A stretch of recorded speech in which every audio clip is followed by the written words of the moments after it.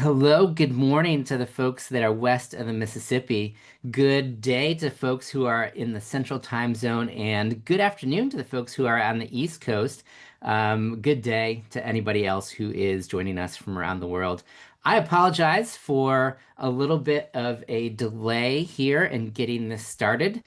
Zoom has set up some different looks to the way that we start webinars, but I'm glad that everyone was able to join us. My name is Brian Washburn, and I am the co-founder and CEO of a company called Endurance Learning. We are the folks that sponsor this webinar series.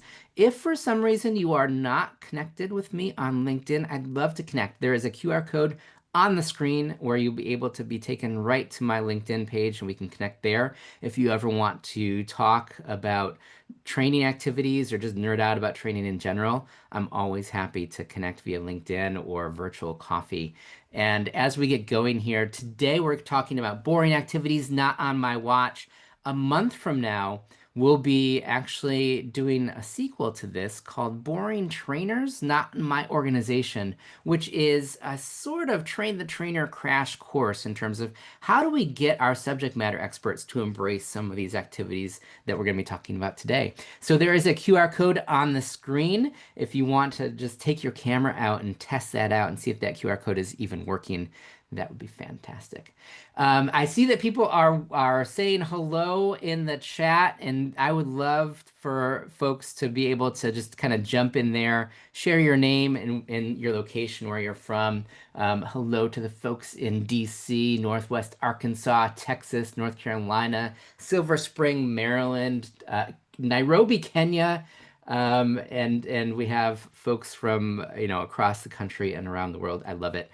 Please keep that chat active if there are some things that you see over the course of this session that you just want to process with other people. Comment on it. My colleague Erin will be monitoring the chat. If questions come up, she'll just jump in and interrupt me and make sure that we answer those questions. But what are we even doing today? So let's take a look at this. And so when we think about today, it's really about training activities, but not just about training activities that are fun or even engaging activities. A lot of times people will come up to me and say, "Hey, do you have a way to make this training more engaging?" And yes, the answer is yes. There are always ways to build engagement into a training session, but we really want to move past kind of fun or engaging activities and move into something that is going to be effective. So when people are able to do something new or differently or better, the activities that we're going to be talking about today, we've used at Endurance Learning to actually help people to do things that are new or different or better. Hello to Syracuse, New York. I'm a fellow Western New Yorker. I'm from Rochester, New York. Go Bills. So if we have any Bills fans, extra shout out to you today. So back to this overview, all of today's activities are taken from our training activity cookbook, and my colleague Erin is going to. Bill's Mafia, I love it. My colleague Erin is going to go ahead and in the chat, she's going to post a link to our training activity cookbook. Now, some people who have signed up, I know, have actually downloaded this cookbook for themselves. Now, what Aaron is going to post is a sneak peek to an updated version. The current version that you can download on our website has 63 different training activities. The updated version actually has 86 different activities, and people on this webinar are going to have access to it before anybody else. It will be up on our website. The new version will be up on our website either Friday or early next week. But this new version has 86 different activities, up from 63, and 11 of those activities are icebreakers. The first version actually didn't have any icebreakers in it. So this current version has 11 icebreaking activities as well as 75 other activities that are really designed for skill building. When you're talking about training that is designed to build skills, that's what it's for. One last piece about today's webinar, I'm going to slap an advisory sticker on this because we will, a little bit later on, be using breakout rooms. And we did this last month and we lost about 50% of our attendees. Some people, sign up for these webinars to receive information, totally fine. other folks are ready to jump in and talk and play with and explore some of the information with smaller groups. And we're going to do that a little bit later on during today's session. So you have been warned, and the activity that we'll be doing in breakout rooms is actually modeling one of these activities that we'll be showing you today. So today I'm gonna try to model about 7 different activities if we have time, depends on the discussion. Actually about 6 activities, and I'll kind of walk through one towards the end as well. If you're with us still from start to finish, towards the end, we're also going to give you a link to be the first among the first to try out a new tool that we have that we're piloting or beta testing that will actually take some of these activities and build out a lesson plan for you using AI based on your learning objectives. So stick around to the end and we'll give you a link for that. That said, why don't we jump right into some of these activities? And this first activity is going to be pulled out of page 41 in this updated cookbook. And it's basically just a game of would you rather. And this is what we call an anchor activity. I'm going to talk about anchor activities and what that means as we get going here. But why don't we just kind of get started? And we have a series of poll questions that we're going to put up here. And basically, this is going to give you 2 choices. Would you rather do this or that? And so the first question I'm going to ask is, would you rather, and Aaron, you can go ahead and put up that poll question too, learn through hands-on simulations or real life case studies? And we have the answers that are coming in here fast and furious. We have, what are we seeing here? Go ahead and end that poll, Aaron. And go ahead and share those results. And actually, if you could read for me the results, because for whatever reason, I'm getting a little bit of a spinning circle here. Sure, we're about half and half. So 48% said hands-on simulations and 52% said real-life case studies. All right. So when we get into activities, people have some different preferences in terms of the types of activities they engage in. How about this next one? Let's take that one down and let's put up another question here. Would you rather participate in large group activities or individual reflections? How about this one?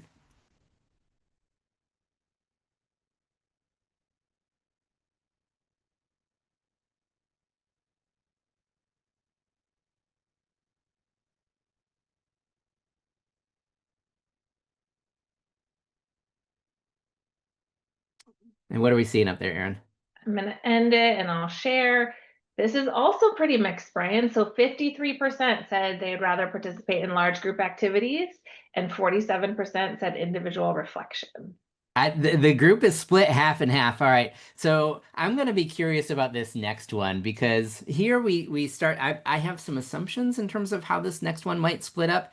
But I'm going to be kind of curious to see what the actual answers are. And this is why we ask the question and why we do the activity. Would you rather be tasked with a competitive team challenge or take notes during a lecture?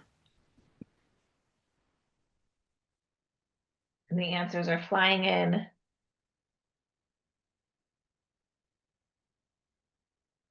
How are we looking on this one? For 56% said I'd rather be tasked with a competitive team challenge, and 44% said take notes during a lecture. All right, that one fascinates me a little bit for the amount of, just kind of the number of people who I talk to at training sessions, and when it comes to lecture and oh, I can't stand lecture. I want to be active. And so that the fact that that's still kind of half and half surprises me a little bit. So I'm kind of curious for those who voted, and why don't we use the chat here for a second? For those who voted for the team challenge, why would you prefer a competitive team activity as opposed to, taking notes during a lecture? If you could hit us in the chat, I'd love to see the responses.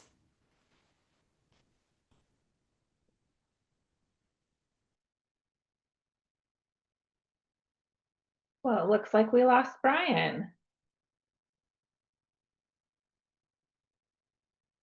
Keep putting those responses in the chat and we'll see if we can get Brian back.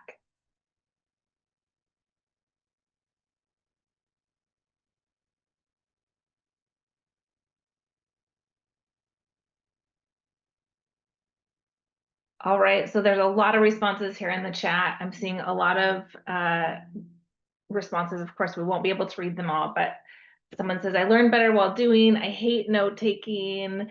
Brainstorming with others to get you new and unique ideas. People, again, don't like taking notes or lectures. They like to hear from others and be able to have that iterative process with others. And then it just depends on the context and topic. Sometimes they prefer one, sometimes the other. People said, hey, I'm more of an introvert. I prefer things on my own. And Emily said, sometimes the lecture notes can be helpful, but other times activities are beneficial. Excellent. So I'm gonna pause for a moment and see if I can find Brian, and then we'll continue with our webinar. Sorry for the technical difficulties. All right, thanks for your grace. Emily, appreciate your comment. Every trainer can understand tech issues arrive. Yes, and all the things we plan for, we can only plan for so much. So here's what we're gonna do. We're gonna continue with a few of the slides while we wait for Brian to get his internet back. And we already answered this question. So actually, I'll go back one more. I'm gonna go ahead and do one more would you rather. And let me find my polls.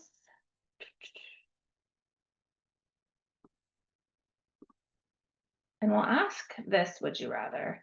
Would you rather share a key takeaway out loud or submit a key takeaway on a note card? And so again, your responses are flying in. Thanks for being so quick there. I'll give it just a few more seconds.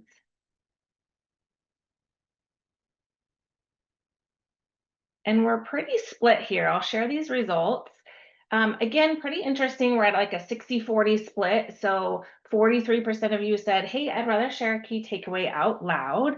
And 57% said, I'd rather submit a key takeaway on a note card.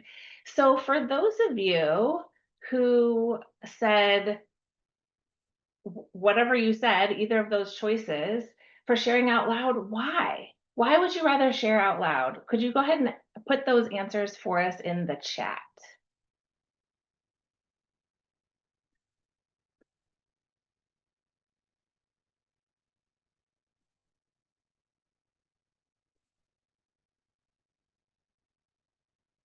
So out loud, you can hear what others are taking away from the training. Yes, everyone hears it. It's nice to hear other people's thoughts.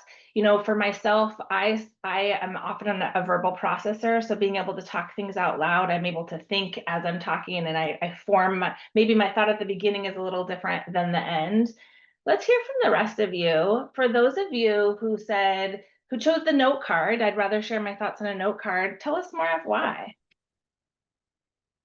Someone saying on paper means I have to think it more, and writing it becomes more concrete in my memory. Yes, oftentimes that's a way for us to do reflection, so that nobody is influenced by others' ideas and rather only their own opinions. That's great.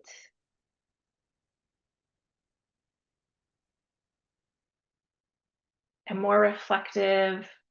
I'm an introvert. I'm seeing a lot of that. I process ideas better in writing. Excellent. Thanks for taking the time to share that. And I see, did we get Brian back? No, we didn't. Oh, wah, wah. The Okay. fake Brian.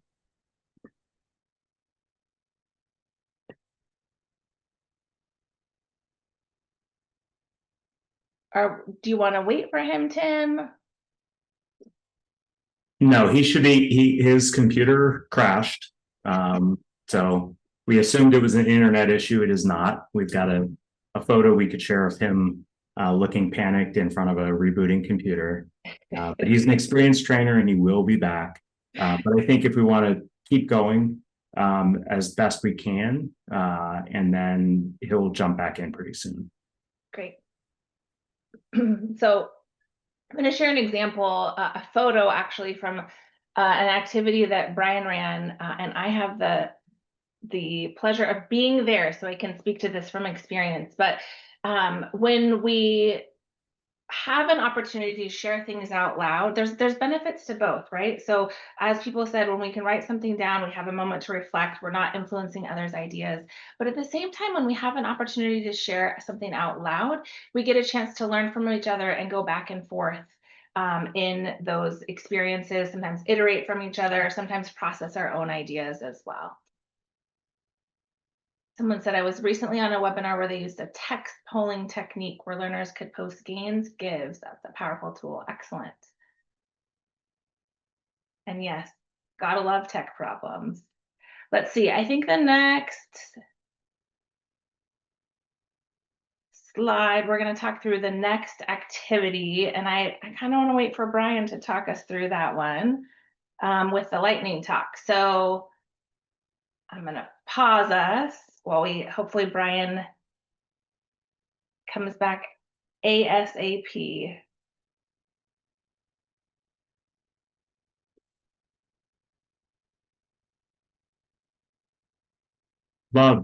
So Laura, who mentioned the text polling technique, where learners could post gains and gives as a powerful tool. I would love to, Laura, if you could write some more notes about what that looked like, that would be it's really interesting. Oh, and look, Kim Murphy is asking the same thing. Exactly. And we have a question from Amy Nelson we can answer. Does anyone know if Zoom webinars allow breakout rooms? They do. And a funny story, as technology does creep up on us, during our last webinar, we had done a bunch of rehearsals. We had gone through and had done some practice rounds. And what we found about 5 minutes, I don't know, maybe about 15 minutes before the webinar started, was that we didn't have breakout rooms. So I had everybody exit the practice session of the webinar. And I think it was about a $90 per month upgrade to get the breakout rooms. And luckily, technology doesn't always work this way, but it did turn on, and we were able to use breakout rooms in our last session. And if you saw at the beginning, Brian had the alert up about the warning that there are breakout rooms in this webinar. One of the funny things about doing breakout rooms in any session, and I think the in-person equivalent works out as well, people will exit. So we went from about 120 participants down to about 80 for the breakout rooms. And there were some people who didn't like that they wanted a static experience. We don't believe in that. We're a learning and development company that's focused on making every training experience better. And, the bottom line is that when you join a webinar with Endurance Learning, you're going to get something a little different. Maybe not as different as today is, hopefully not as consistently different. But the idea is for people to interact and engage and to get better at their work, because we all want to be better at our work. So, I'll also add, we learned that only the host and co-host can see the breakout room and start them. So I lost who asked that, but fun fact, Amy, that was you. Once you enable them, there's also some other little tricks. But I love the question that Janet posted. Curious who has already read the cookbook and what is your favorite activity? So there's some great conversation in the chat. Someone asked, what is a chat waterfall? There's folks answering that. And if there's other folks who have had a chance to even just scroll through or thumb through the training activity cookbook, we'd love to hear more about what are your favorite activities or ones that you might have questions about.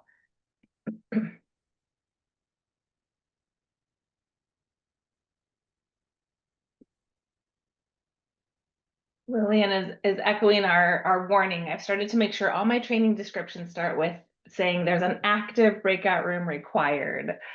And then you have fewer people leave. Excellent. And someone, Stephanie Hepner, I'm going to try to interpret your question. You said better for who, though? Learners have lots of different needs. That's really true. And, people process information in different ways. But we know that if we're trying to teach a skill, we're trying to practice something, that engaging is going to be more successful. It doesn't mean that if you have a breakout room, we try to have, 5 or 6 people in a breakout room because there may be some people that don't want to heavily participate. And that's okay. They may listen in that breakout room, but we still believe that that's the right experience for people to be successful. But someone could choose to just listen to the webinar later. I think everything we know about the way adults learn tells us that you're probably going to be checking email and doing something else during that time. I listen to plenty of webinars where I just have them running while I'm on other meetings and doing other work. And I catch little bits and pieces, but I wouldn't really call that a way to learn. And we just posted, in fact, Allison also helped us post another link to the activity cookbook in case you missed it. I know there's been a lot in the chat, so you can download it from that link there. And someone's asking, what polling feature are you using for this current training? We're using polls, just like you would in a regular Zoom meeting or Zoom webinar. Katie, excuse me, said, I don't like breakout rooms, but hate when people in the room don't engage. Yes. And that goes back to what Tim was saying, where we want folks to really engage and have a chance to learn from each other and internalize the content in a way that makes sense for them. So, Aaron, what I think we might want to do, what do you think about kind of introducing the 17 by 17? Oh, I just heard a ding dong. Ding. That ding dong. I've certainly called him that. It could be Brian. Do we have a Brian? See, I've known Brian for multiple decades, so I can say those sorts of things about him. We have Brian, but it says Tim. Just you know what? I think that's his punishment. So, Brian, we're going to have you jump in at the point of the lightning talk. I think, Aaron, if you want to keep showing the slides, I think that'll help us. Oh, great. Because it looks like a connection might be an issue. So you bet. Is that true, so, Brian? how is everybody? Oh, I'm sorry, people. Where were we? How have we been doing? And actually, I can go ahead and I'm gonna go ahead and share my screen. Okay. Aaron, if I can pull I will this stop. up Yeah, here. no problem. But before I do that, where were we? Well, we missed you, first of all. We're at slide 13 where we're just getting ready to go into your lightning talk. And what I said was, I don't want to give this one away because Brian does such a better job. And so I paused. All right. Well, first of all, I apologize. My computer apparently needed really badly to be updated. And so it shut everything down. And I've never seen this before where it was updating every single thing that has ever been installed on my computer. So I apologize for that. Let this be a lesson for everybody that you know what? Technical difficulties happen. And so this next activity is going to be an activity that is pulled out of the cookbook on, if you have the current one, it's page 57 in that cookbook, and it's called a 17 by 17 lightning talk. Now, this is one of those activities that I never think to use, and it wasn't until we did a train the trainer recently when I asked people, what activity would you use for this? And people were like, oh, wait, what is a 17 by 17 lightning talk? And I was like, oh, yeah, I forgot that was even in the cookbook.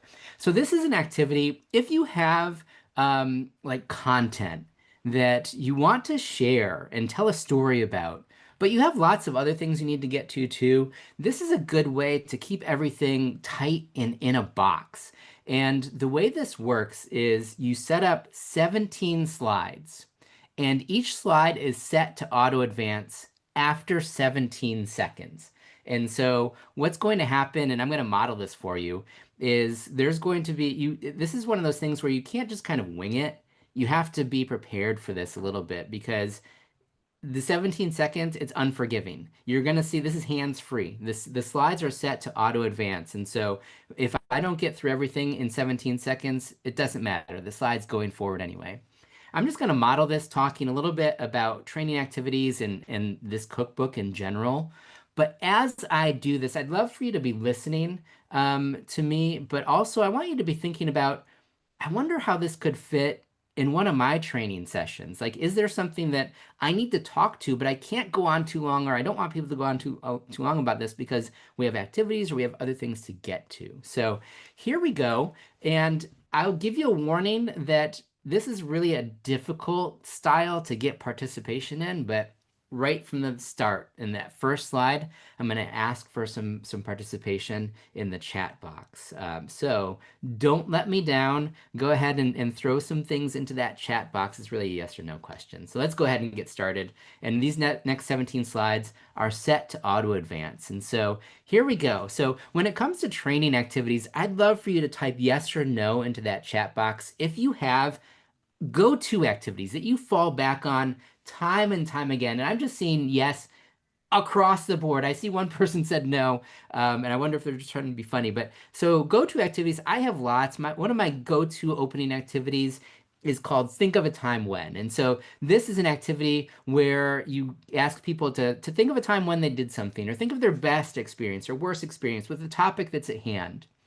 And sometimes that's just a way for people to connect into the content. But sometimes I have go-to activities for content itself. And one of my favorites is called How I See It. And you'll see in this picture that people get a card and then they need to discuss whether or not they think that card is true or false. We're going to get a chance to see this activity a little bit later during today's session. I have so many go-to activities. Over on the left-hand side of the screen, you can see an activity that's called a messy start, which I use a lot of times to start activities. On the bottom, you see people using sticky notes to put things in order. On the top, you see note card voting. So I'm taking polls in person. But what happens when we get to the second or third time with the same group of people? We can't use the same audience. It makes me want to hide. It would be embarrassing to always have to use the same activities time and time again. Sometimes I will rack my brain and inspiration strikes. Over on the left-hand side, you see a game that we've created called Train the Trainer the Game, based on a game that we've played before. Or on the right-hand side, you see, I came up with inspiration for this on a run where people have to put a puzzle together to open a lockbox, and it's a team building activity. We don't always have to think of these though. Sometimes we go to Google or we can go to ChatGPT and we can get literally hundreds, thousands of different activities. The issue is, are they the right activities? One of the resources that my favorite resource was for virtual sessions. My colleague Cassie Labori and her husband Tom Stone wrote a book called Interact and Engage. And this has 75 different activities for virtual training. It's just curated right there for you. And I love that model.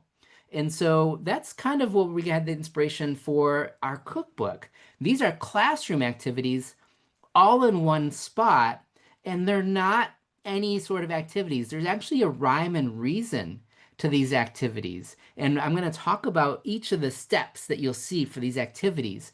So for these activities, there is there's a structure that we've organized these activities. So instead of going to Google where you can get lots of activities that may or may not be appropriate, here you can go with the intent. And we have a 4-step training model that we use. And when you're thinking of these activities, some of them you might want to use, and some of them you may never want to use. Similar to a cookbook, there's recipes in cookbooks that you love and go to time and time again, and some of them you'll never turn to those pages, and that's totally okay.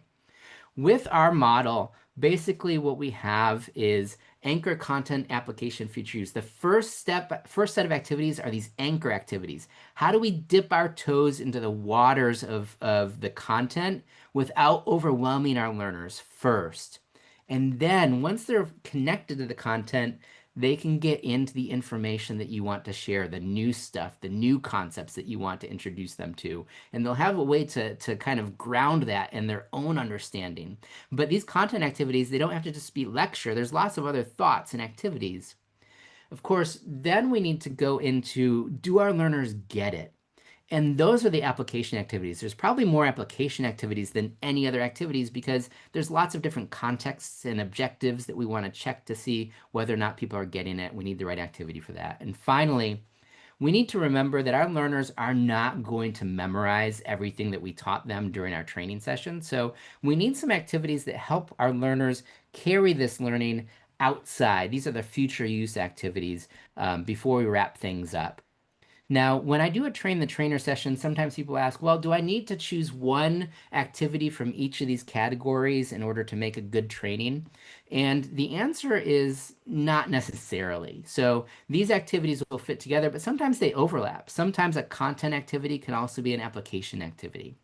But when it comes to go-to activities, if your go-to activities are getting stale, or if you're just looking for a new challenge, if you take nothing else away from today's session, you have this cookbook that will give you all sorts of ideas for new activities to try out.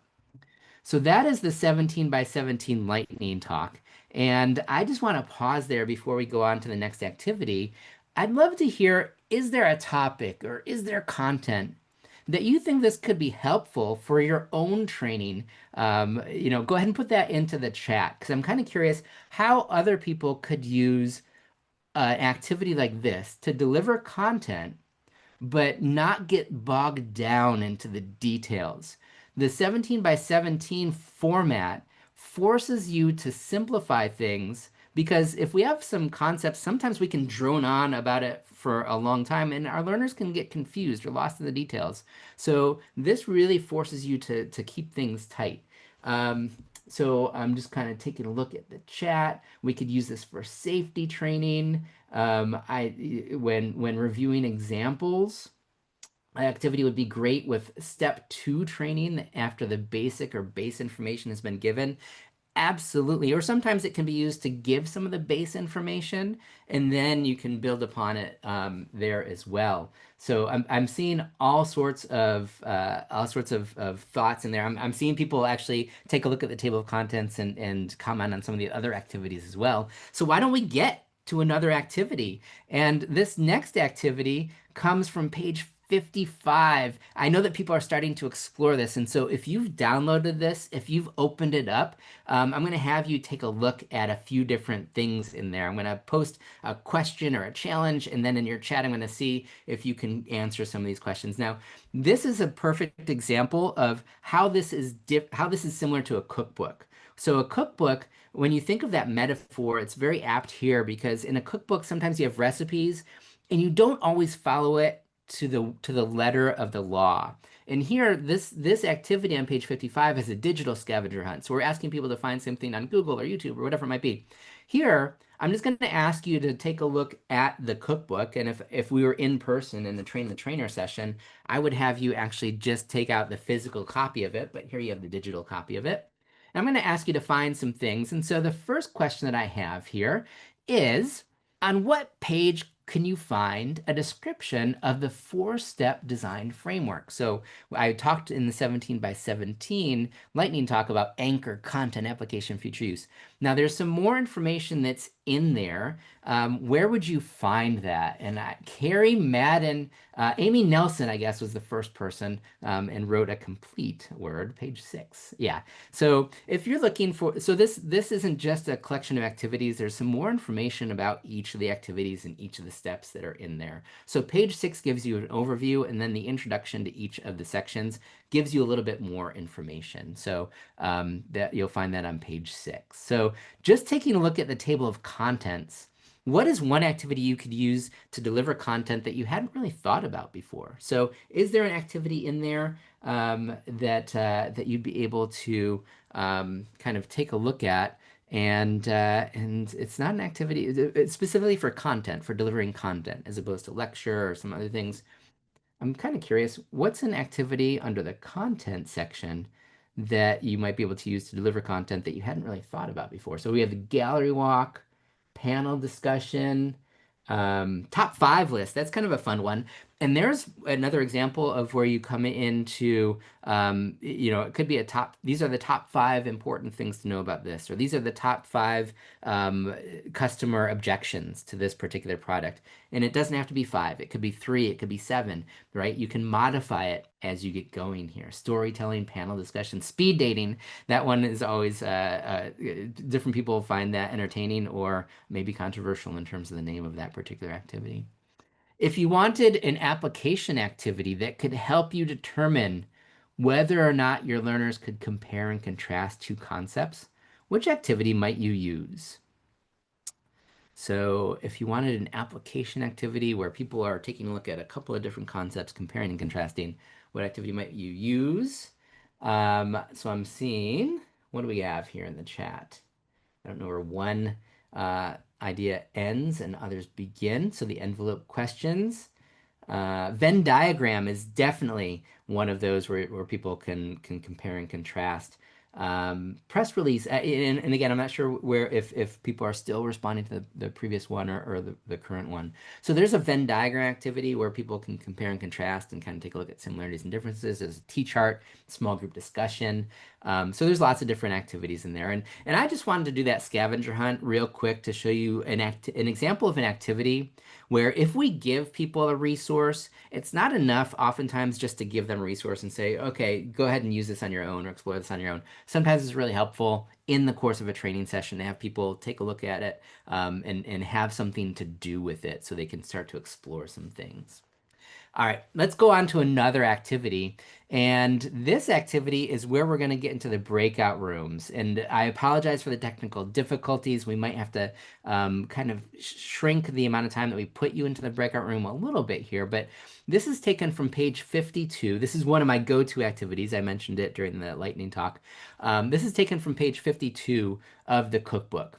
And this activity is really designed to get people to talk and engage in conversation. And so Aaron's going to put a link into the chat here. And this is the resource you're going to use to have these discussions.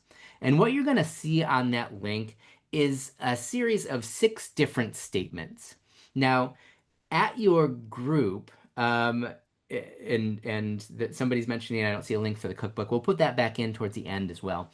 But for this particular activity, in your group, when you're put into breakout rooms, what you're going to do is you're going to read a statement and you'll go around and each person will share, I think that particular statement. So the content is the most important part of a training session. Each person will say, oh, I think that's true because, or I think that's false because. And so if everybody in your group thinks the statement is true, go ahead and click on that true button. If everybody in your group thinks it's false, go ahead and click on that false button. Or if some people think it's true and some people think it's false, go ahead and click on the differing opinions button. And so we're going to put you into breakout rooms. And what we're going to ask you to do is just you have about 5 or 7 minutes to get through as many as you can. You don't have to get through all of them. And maybe there's going to be a ton of conversation on one of these statements, and that's where you end. That's okay. I just want to give you a feel for this activity. And then when you come out of the breakout rooms, we'll debrief this and talk a little bit more about the purpose of this activity and when you might use this activity. So do we have the breakout rooms ready, Aaron? We do. I'm going to send folks there now. All right, awesome. So we'll see you in about 5 or 7 minutes. Enjoy meeting some of your fellow colleagues, and then we'll talk about this on the other side.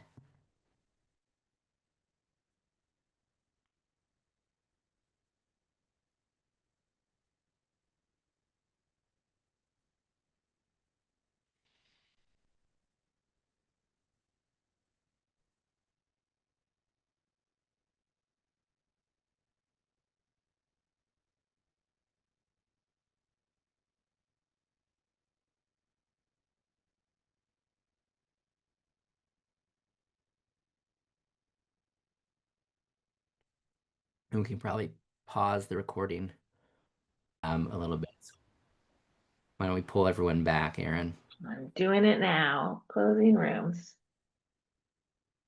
Yeah, Roxanne, I agree. If the icebreaker is just for the sake of having one instead of having actual purpose, then it becomes a challenge. All right. Do we have everyone's back?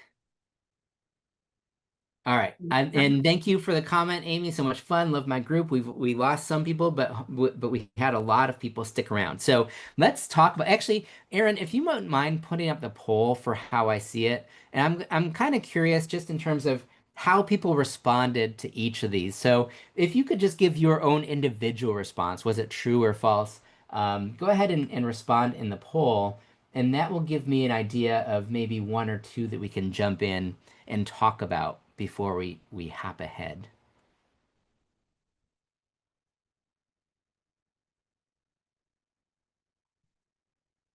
Looks like folks are going through and answering those, which is awesome. Yeah. Are you able to see those, Brian? I am, yes. Perfect. Now that my computer has restarted, I seem to have all the functionality, which is fantastic. Excellent.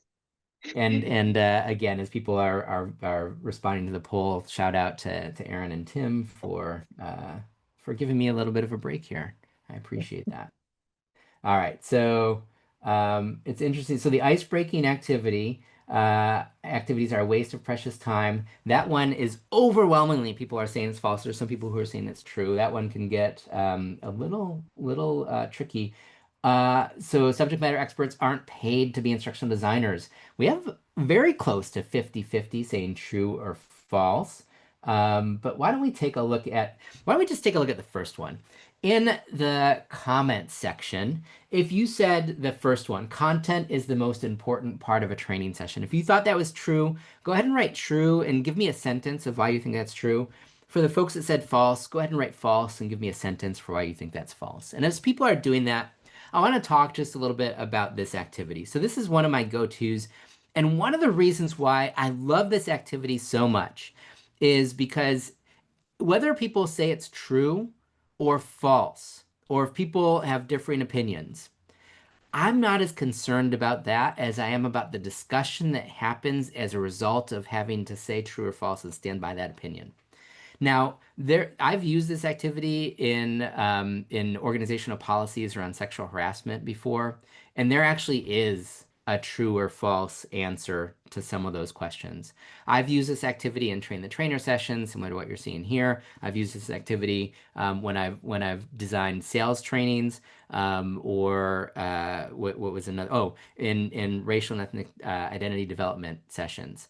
And so sometimes the conversations can get pretty sensitive, but they're really important conversations to have.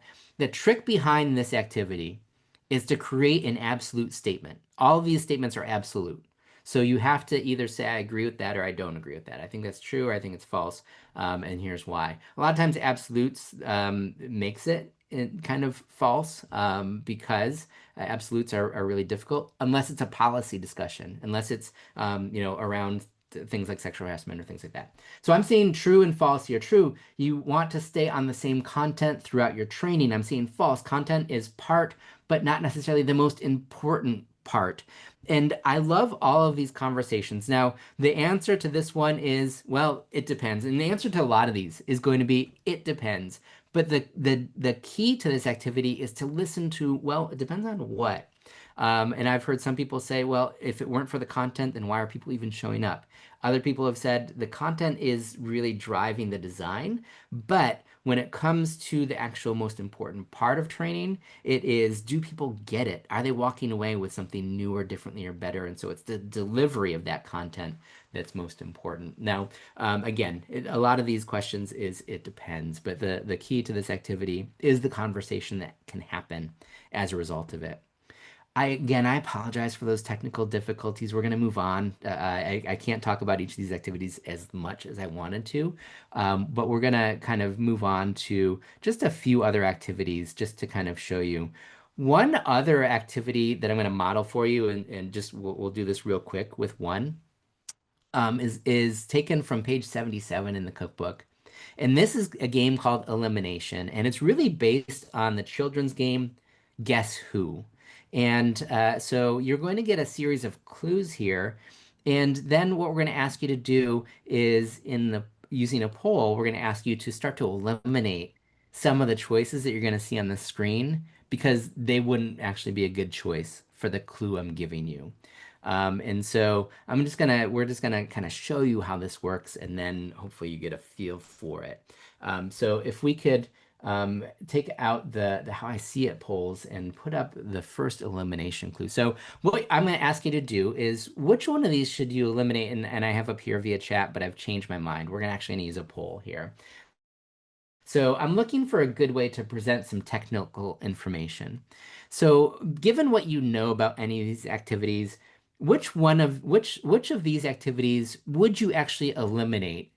Because it's probably not a good way to present some technical information. So what we want to do is we want to take out any of these activities that are not good ways to present technical information. So I'm seeing make a promise because that's probably not necessarily, that's going to be an activity that you might start a session with by saying, if you listen to this, you'll get 7 more years of life if you follow each of these practices, or if you follow what I'm about to tell you, sales will rise by 25%, right? So that's making a promise. So the 6-word memoir is also it's a kind of an opening activity, but it's not a great way to present some technical information. All right, so that's kind of how this works. We're gonna get another clue here and see if we can eliminate some more so we can narrow down the best option using the process of elimination. So why don't we put the next clue is, I don't want people just sitting and listening to me the whole time. So what else could we eliminate here if we didn't want people sitting and listening to me the whole time? I'm seeing, it's interesting. People are selecting guest speaker, and that actually would be something that we probably wouldn't want to eliminate if we don't want people to listen to me the whole time.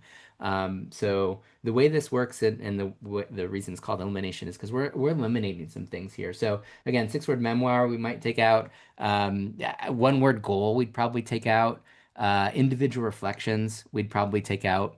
And so now we're starting to narrow this down. And then the final clue here is I'd like the message to be the exact same for every group that I train. So when it comes to I'd like the message to be the exact same for every group that I train, which one would we get to there? All right, so we would take out elimination because that's not necessarily the exact same every time. We would take out guest speaker because it might not be the same speaker every time, and we're kind of left with 2. So if we wanted to see the same thing every single time, it could be a video, or it could be a case study if it's written down and people are kind of going through it, although the discussions could be different each and every time. So again, this is just kind of an activity where we would get into in order to just kind of start to eliminate some choices. So we've used this in sales training where people have several different products and need to think through how would I eliminate some of this. I'm going to just go ahead and unfortunately, we're going to have to skip out on a few different activities, but I'm going to go ahead and say that while this is great for in-person, we've actually created e-learning for this as well. So it's kind of a fun, different activity that can be used both in person and via e-learning. The final activities that we have, one is called an action plan, which a lot of people have, but we can go ahead and put in chat the action plan that we'll use sometimes when we're doing a session. And this action plan actually has a number of different steps to it where people think about what's their current state, what's their future state, what do they hope that they're able to do, and then they think about the challenges that they would need to overcome in order to actually bring some of their action to life. And then they go ahead and prioritize some things. And so we'll go ahead and put that, just that template that we use in the chat as well, if that's something that you might want to use when it comes to how do we get people to do things new or differently or better as a result.